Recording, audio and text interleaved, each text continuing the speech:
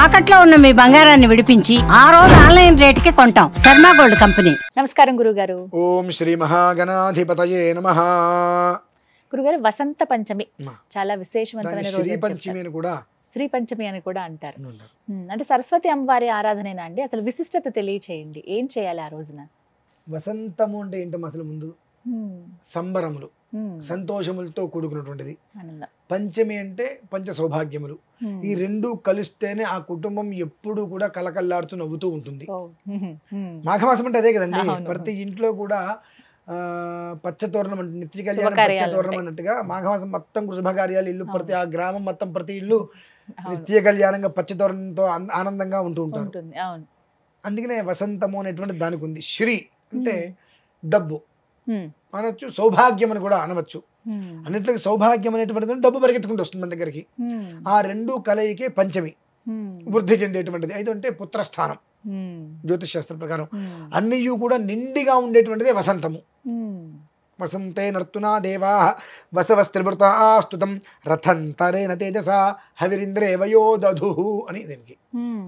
ఈ వసంతం మనకు రావాలంటే మూల కారణం ఏంటండి? మనిషికి కావాల్సింది చదువు కావాలి. చదువు నుంచే మనకి మేధస్సు వస్తుంది, జ్ఞానం పెరుగుతుంది, వివేకం పెరుగుతుంది, విచక్షణ అనేటువంటిది తెలుస్తుంది. ఆ చదువు కావాలి. అందుకనే వసంత పంచమి అనగానే పూర్వం నుంచి కూడా అక్షరాభ్యాసాలు పిల్లలకి ఇంట్లో చేసేవారు. వాడికి పుట్టి వీడికి పుట్టి అర్ధరాత్రి అందరికీ పుట్టి అన్నట్టుగా గత కొన్ని సంవత్సరాలుగా దసరా నవరాత్రుల్లో మూలా నక్షత్రం రోజు నాడు అక్షరాభ్యాసాలు చేస్తూ ఉంటారు. అంటే సరస్వతి అలంకారం మూలా నక్షత్రం రోజు, ఆ రోజునే కదా గురుగారు చేస్తారు. ఆ రోజు నాడు ఏం చెప్పబడిందండి? సరస్వతి అమ్మవారికి పూజ చేయమనండి. అంతే. అంటే ఈ చదువుకునే పిల్లలందరూ కూడా ఆ పుస్తకాలకి పూజ చేయాలి. ఆ రోజు ఆ పుస్తకాలు ఎక్కడి నుంచి వస్తే కూడా చెప్తానమ్మా. ప్రథమం, మధ్యమం, తృతీయం. మూలాధారం వృద్ధానికి ఉంటుంది కదమ్మా. అసలు ఆ పుస్తక పూజ చేయాలి సరస్వతి అమ్మవారికి. ఆ పుస్తకం ఎక్కడి నుంచి వచ్చింది? ఆ ధారం కావాలిగా ముందు, అది తెలుసుకోవాలి. అది తెలుసుకోకుండా ఎవడో చెప్పాడని చెప్పి నేను వెళ్ళి పూజ చేసేస్తాను. దక్షిణాయనంలో అక్షరాభ్యాసం మహాదోషం. పిల్లలకి చదువులు రావు. వారి జీవితం నాక్షరంతో గుదిబండ కట్టు లాగినట్టే సాగుతూ ఉంటుంది. అది సాగిపోవాలి, తూ ఉండకూడదు కదండి. దక్షిణాయనం పనికిరాదు. మూలా నక్షత్రం రోజు నాడు అమ్మవారికి సరస్వతి ఆరాధన చేయమనుంది. వసంత పంచమి రోజు నాడు విద్య అనేటువంటిది ప్రతి మనిషికి అవసరం కాబట్టి ఆ అమ్మవారి అనుగ్రహార్థము అక్షరాభ్యాసం అనేటువంటిది అనాది నుంచి వేల సంవత్సరాల నుంచి వస్తుంది. కానీ అప్పుడు జరిగిన దానికి ఇప్పుడు జరిగిన దానికి తేడా ఏంటి తెలుసమ్మా? అప్పట్లో ప్రతి ఒక్కళ్ళు కూడా అక్షరాభ్యాసం పూర్తవంగానే ఆ బంధుమిత్రులందరూ కూడా వారి వారి దగ్గర వాడేటువంటి కొత్తవి కాదమ్మా, వాడేటువంటి పెన్నో, పెన్సిలో, పలకో, పుస్తకమో అక్షరాభ్యాసం చేసిన పిల్లవాడికి ఇచ్చేవారు. నాయన ఈ పెన్నుతో, అంటే వాళ్ళకి ప్రతి పేరు తన పేరు ఒకటి ఉంటే కలం పేరు ఒకటి ఉంటుంది. కలం పేరు ప్రసిద్ధి చెందుతుంటుంది. నాయన నా కలం, నేను దీంతో ఎన్నో రాశా, మంచి కీర్తి ప్రతిష్టలు నాకు వచ్చినాయి, ఎంతో మందిలో ఆదరాభిమానాలు వచ్చినాయి, ఇది నీకు ఇస్తున్నా. అంటే నా ఒక్క ఆశీర్వచనం మొత్తం నీకు ఇచ్చేస్తున్నా, నా తర్వాత అంతటి మేధాశక్తి నీకు కావాలరా అని చెప్పి. కొంతమంది పేపర్ ఎంత దాని ఖరీదు రూపాయి ఇవాళ, అప్పట్లో రూపాయి కింద వచ్చేవి. ఆ రూపాయి పేపర్ మీద 10 కోట్ల వాల్యూ రాయొచ్చు ప్రాపర్టీ. అంతే కదా. వాళ్ళు రాసేటువంటి బుక్ మీద కూడా చక్కగా కొన్ని రాసేసి, నాన్న నేను ఇంతవరకు రాశా, దీన్ని నువ్వు అభివృద్ధి చేసే స్థితికి నువ్వు వెళ్ళాలి. అంటే నీ యొక్క జ్ఞానం అనేటువంటిది ఒక చూడంగానే దీనికి కూర్పు, అంటే పాటలకి చరణాలు పల్లవిలు ఉంటాయి కదండి, దీనికి కూర్పు ఏదైతే బాగుంటుంది. నేను ఇక్కడ వరకు రాసేసా, దానికి కూర్పు నాకు మాత్రమే తెలుసు, నేను దాంట్లో రాసేసుకుంటా, కానీ అది కూర్పు ఏంటనేటువంటిది నువ్వు రాయగలగాలి. అంటే అంతటి మేధస్సు నీకు రావాలని చెప్పి ఆ పుస్తకాలు పిల్లలకి ఇచ్చేవారమ్మా. ఆ పుస్తకాలు శ్రీ పంచమి రోజు అక్షరాభ్యాసం చేయించి పిల్లలకి ఆ పెద్దవాళ్ళందరూ కూడా పిల్లలకి దీవెనతో ఇచ్చేవారు. ఆ ఇచ్చినటువంటి ఏవైతే కనుక పెన్ను, పుస్తకాలు ఉంటాయో మూలా నక్షత్రం రోజు నాటి వాటికి ఆరాధన చేసేవారు వీళ్ళు, సరస్వతి ఆరాధన. కానీ ఇప్పుడు ఏమైందమ్మా, అక్షరాభ్యాసం చేయగానే వీళ్ళే పెన్నులు, పెన్సిల్స్ పంచుతున్నారు. పిల్లవాడికి ఏమీ లేదు, అక్షరాభ్యాసం చేశారు ఓం నమ శివాయ అని చెప్పి, అంతకుమించి వాడికి ఏం తెలీదు. అన్ని వాడికి నేను అక్షరాభ్యాసం చేశాను, ఇదిగోండి పలకలు, ఇదిగోండి పెన్సిళ్ళు, ఇదిగోండి పుస్తకాలను ఇచ్చేస్తే వాడికి ఏమి లేదు. నువ్వు మొత్తం ఇచ్చేస్తే వాడికి ఏమొస్తుంది? విద్యని దానం చేయాలి ఎప్పుడు నీకు అన్ని రకాలుగా చదువు పూర్తయిపోయింది అంటే విద్యను దానం చేయడం ఏంటంటే మీకు ఇంటర్ చదివారండి, సెకండ్ ఇయర్కి వెళ్ళారు, ఫస్ట్ ఇయర్ బుక్స్ మీరు ఇచ్చేసేయండి ఎవరికైనా. పర్యటన కాదు, ఎవరో ఒకరికి ఇవ్వాలి. ఎవరో ఒకరు చదువుకుంటారు. అదే కాలేజీలో సెకండ్ ఇయర్ మనం వెళ్ళినప్పుడు ఫస్ట్ ఇయర్కి వస్తారు, అందరూ వాళ్ళకి నాయనగో నా ఫస్ట్ ఇయర్ అయిపోయింది పుస్తకాలు నువ్వు తీసుకో. విద్యాదానం అంటే అట్లా నీకు అది ఉపయోగం అయిపోయింది, ఎదుటి మనిషికి ఉపయోగం ఉంది, అది ఇస్తే వాళ్ళు చదువుకుంటారు, కొనుక్కోవాల్సిన అవసరం లేకుండా అది దానం చేయటం అంటే విద్యాదానం. కానీ అసలు మీకు మొదలే లేదు, తీసుకెళ్ళి పెన్ను పెన్సిల్ నేను కొనేసి అందరికి ఇచ్చేస్తాను అని అంటే నువ్వు ఉపయోగించుకోకుండా నువ్వు వాళ్ళందరికీ ఇస్తుంటే నీకేం ఉపయోగం లేకపోతే చిన్న లాజిక్ ఆలోచించుకోవాలి. వసంతే నర్తునా దేవా, అసలు వసంతము అనగానే మనకు చైత్రమాసం వస్తుంది గుర్తు, కోయిలు కుయిలాడుతూ పక్షులను కిచకిచకిచలాడుతూ చక్కటి వాతావరణం ఇవన్నీ వస్తాయి. దానికి ముందు వచ్చేటివిగా వసంత పంచమి అంటే రాబోయే 2 నెలల్లో అద్భుతమైన జీవితం మనం చూడగలుగుతున్నాం ఉగాది నుంచి. కాబట్టి ఇప్పటి నుంచి కొన్ని జాగ్రత్తలు పదండి అని మనకు సూచిస్తుంది శిశిర ఋతువు అని. దాన్ని మనం ఏం చేస్తున్నాము రకరకాలుగా చేసేసి అక్షరాభ్యాసం అనగానే ఇంకో మాట కూడా చెప్తాను, కోపాలు వస్తాయి. ఒక్కళ్ళకు కూడా సిగ్గు శరం లేదు వీళ్ళకి జనాలకి. ఎందుకు చెప్పంటారండి, మీకు ఒక ఇల్లు ఉందిగా, అందరికి ఒక ఇల్లు తగలబడిందిగా, ఉందిగా ఇల్లు, ఆ ఇంట్లో నువ్వు అద్దెకి తీసుకున్నావో కొనుక్కున్నావో ఆ రెండో ఏదో ఒకటి జరిగి ఆ ఇంట్లోకి వచ్చిన తర్వాత ప్రతి నెల ఇంటి రెంట్ కట్టుకుంటున్నావు, లేదంటే ఈఎంఐ కట్టుకుంటున్నావు, నీ పిల్లలకి అన్నం పెడుతున్నావు, నీ భార్య బిడ్డల్ని పోషించుకుంటున్నావు, కారులు తిరుగుతున్నావు అంటే నీకు క్షేమంగా ఆ ఇల్లు కాంచింది. ఇల్లే వైకుంఠం, ఇల్లే వైకుంఠం. నువ్వు ఏ రకంగా ఇంట్లోకి వచ్చిన దగ్గర నుంచి నీకేదో భోజనం అయితే చేస్తున్నావుగా కడుపు నిండా, నీ పిల్లలకి పెడుతున్నావుగా, నీ పిల్లవాడు ఒక వృద్ధి కోసం నువ్వు ఇంట్లో చెయ్యకుండా గుళ్ళలోకి వెళ్ళి చేస్తున్నావు ఎందుకని? చాలా మంది బయట చూస్తారండి, నిజమే. ఆలయాల్లో చేస్తున్నావు 100 మంది వెళ్తే నేను గుళ్ళలో చేయలేదని ఈ బంధువులే వీళ్ళందరూ కూడా బంధువులు అంటారు వీళ్ళందరినీ, ఇంట్లో చేసుకున్నారు. అదేంట్రా మనం ఆ వాడి గుళ్ళు చూసాం కానీ నువ్వు కూడా గుళ్ళు చేయకపోయినావు, నేను చెడిపోయారా నువ్వు కూడా చెడిపో. ఇంట్లోనే చేయాలండి, ఇంట్లోనే చెయ్యాలమ్మా. ఇవన్నీ కూడా పిల్లవాడికి సంబంధించిన దాంట్లో వేడుక కాదమ్మా, వైదికం. అతనికి ఒక జీవితాన్ని ఇచ్చేటువంటిది. ఒక ఇంట్లో కూర్చుని అక్షరాభ్యాసం చేసుకుంటే 1:45 నిమిషాల నుంచి 2 గంటలు పడుతుంది, గుళ్ళో కూర్చుంటే 6 గంటలు అయిపోతుంది. ఆ 10 మందిలో 11 ఇట్లు ఇరికి కూర్చుంటే అక్కడిగా చేసుకుంటే ఎంత ఉపయోగం? చక్కగా నీ ఇంట్లో కూర్చొని సభాసకల అందరి మధ్యలో చక్కగా కూర్చొని ఆ పిల్లవాడికి చేసిన ప్రక్రియ చేస్తే ఎంత ప్రేమ, ఎంత తృప్తి అండి. ఆ ఇల్లు నీకు షెల్టర్ ఇచ్చింది, నువ్వు ఆ ఇంటికి ఏం చేసావు? ఇంట్లోనే చేయాలి. ఆ ఇల్లు నీకు ఒక షెల్టర్ ఇచ్చింది. ఆ గోడ అక్కడ ఉండటం వల్ల దుమ్ము లోపలికి రావట్లేదుగా, ధూళి లోపలికి రావట్లేదుగా, నువ్వు లోపలికి చలిపేసుకొచ్చి హాయిగా ఇంట్లో పడుకుంటున్నావుగా. కానీ నీ పిల్లవాడికి వచ్చేటప్పటికి నువ్వు ఆ ఇంట్లో తోరణం కట్టి చేయడానికి నీకు మనస్కరించగా ఇంకోటో ఎవరైనా గుళ్ళోకి వెళ్ళి చేస్తున్నావుగా, ఆ ఇల్లు నిన్ను ఎందుకు రక్షిస్తుంది అసలు? అంటే చాలా మందికి అయ్యగారులు అందుబాటులో ఉండరు, ఇంటికి వచ్చి ఇంత కార్యం చెయ్యాలి. అదే ఆలయంలోనైతే ఉంటారు కదా, అక్కడ అమ్మవారి గుడి కూడా ఉంటుంది, అమ్మవారి ఎదురుగుండా చేస్తారు. ఇది చాలా మంది ఆలోచన.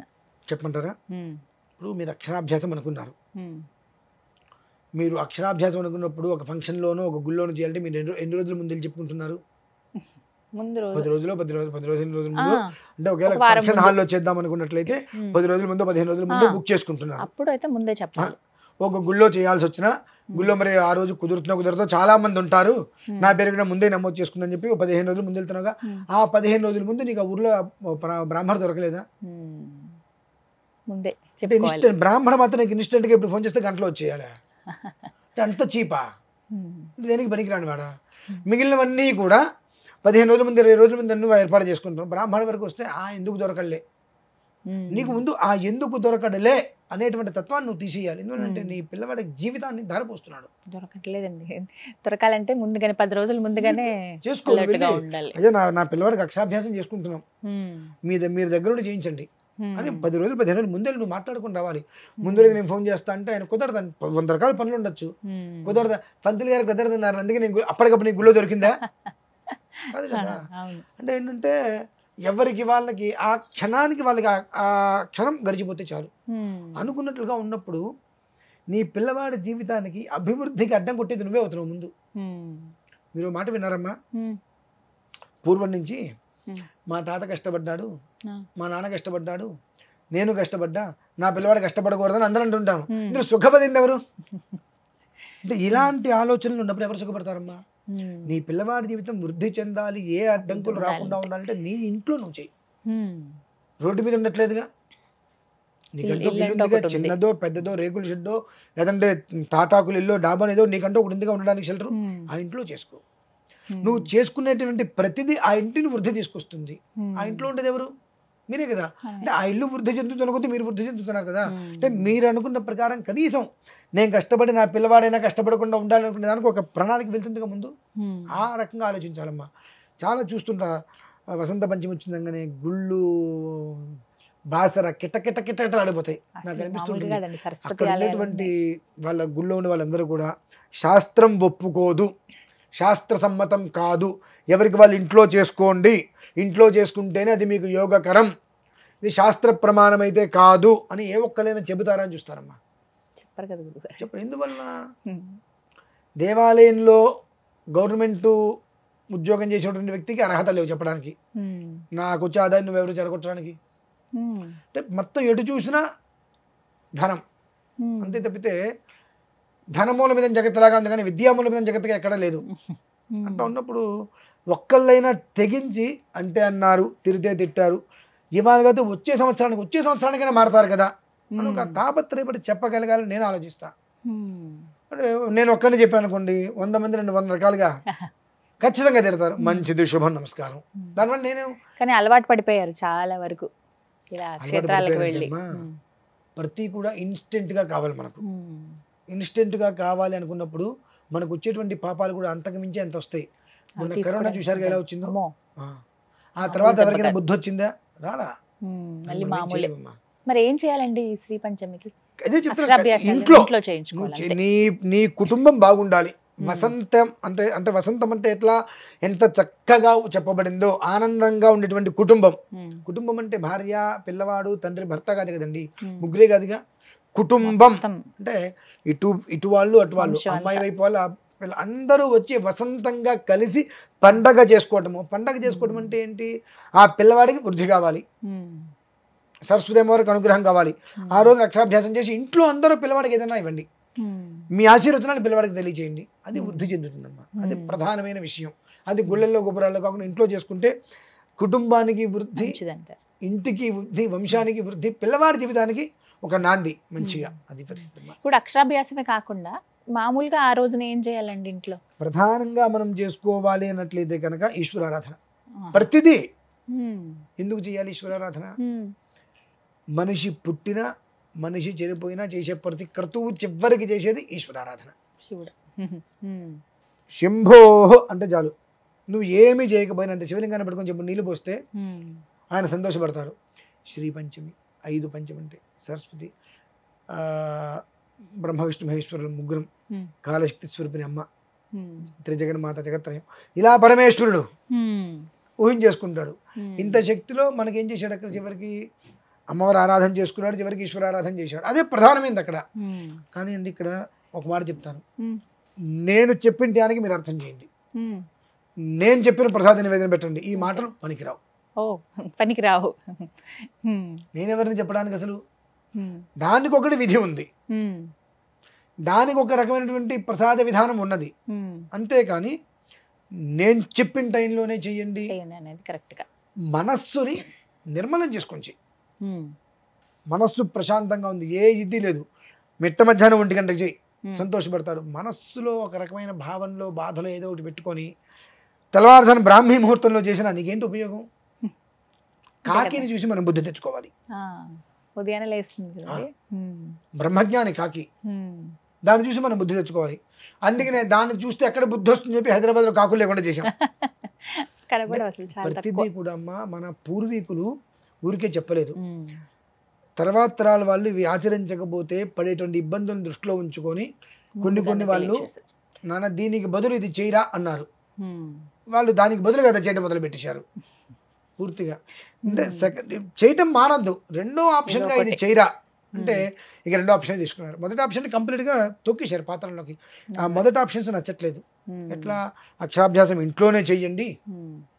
ఇంట్లో ఎప్పుడు చేయకూడదు? ఏదైనా అశౌచం కలిగిన వాతావరణం ఉంది అంటే ఎట్లా? ఈ వసంత పంచమి వచ్చింది, ఆ రోజు అమ్మాయికి 4వ రోజు, 4వ స్నానం ఉంది, పనికి రాదు. మర్నాడు 5వ రోజు ఇల్లు మొత్తం కూడా గోమూత్రం పెట్టు పసుపు నీళ్ళతో చల్లుకోవాలి. ఆమెకి ఓపిక ఉండదు. అటువంటి పరిస్థితి వచ్చినప్పుడు ఈ 5వ స్నానం ఏమో చేసుకున్న తర్వాత గుళ్ళోకి వెళ్ళి చేసుకుంటారు ఆయన. అంటే 4వ రోజు చేయాలి, కుదరలా. నీకు అది ఉత్తరాయణంలోనే వచ్చింది కదా, పౌర్ణమికి ముందే కదా, గుళ్ళోకి వెళ్ళి అప్పుడు చేసుకో నువ్వు. అంటే అటువంటిది ఏదైనా ఇబ్బందికర వాతావరణం వస్తే అప్పుడు చెప్పారు గుళ్ళో చేసుకో, లేదంటే కనుక నువ్వు ఇంట్లోనే చేసుకుని ఆయన అంటే ఈ రెండోదే తీసుకుంటాం మనం. కన్వీనియంట్గా ఏది ఉంది అది. అంటే కేవలం మనకు ఏది బాగుంటుందంటే అదే తీసుకుంటాం. కాబట్టి ఏమి బాగోకుండా పోతున్నాం ఏం చేసినా. అందుకే శాస్త్రం చెప్పిందే వినాలి, ఆచరించాలి. వింటే ఉపయోగం ఉంది, ఆచరించగలగాలి. వినడానికి 100 మంది వింటారు, 10 మంది ఆచరిస్తే వాళ్ళకి అర్థమవుతుంది అందులో ఉన్నటువంటి గొప్పతనం ఏంటి. తీసుకోవటం ఇవ్వటం రెండే విషయాలు గుర్తుపెట్టుకోవాలమ్మా. నీ పిల్లవాడికి అక్షరాభ్యాసం నువ్వు చేసావు, ఆ పిల్లవాడి దగ్గర ఏమీ లేకుండా అక్షరాభ్యాసం చేసినందుకు నువ్వు అన్నీ పంచిపెడుతున్నావు. ఏముందని పంచిపెట్టావు? పిల్లవాడికి అన్నీ కావాలని చెప్పి అందరూ తీసుకొచ్చి పిల్లవాడికి ఇవ్వాలి. ఏమి ఇవ్వాలి? పెన్ను, పెన్సిలు, పలక, పుస్తకం, అది పిల్లవాడికి అందరూ ఇవ్వాలి. ఆ స్థితికి అతను వెళ్ళాలి అని మేమెంతో కష్టపడి ఎన్నో ఆటంకాలు వచ్చుకుని ఈ స్థితికి వచ్చాను ఆయన అని చెప్పి పిల్లవాడిని కూడా ఆటంకాలు లేకుండా, అడ్డంకులు లేకుండా, ఒకవేళ వచ్చినా ధైర్యంగా వాటిని అధిగమించుకుంటూ ముందుకు రానా అని చెప్పి దీవెనలుగా పిల్లవాడికి అందించాలి. అది మర్చిపోయి ఏమీ లేకుండా మనమే అందరికి ఇచ్చేస్తాం. వీడికి ఏముంటుందండి రేపు ఉదయం? ఇవి గమనించుకోవాలి, చిన్న చిన్నవన్నీ తెలుసుకోవాలి. చాలా చక్కగా వివరించారు గురుగారు, ధన్యవాదాలు.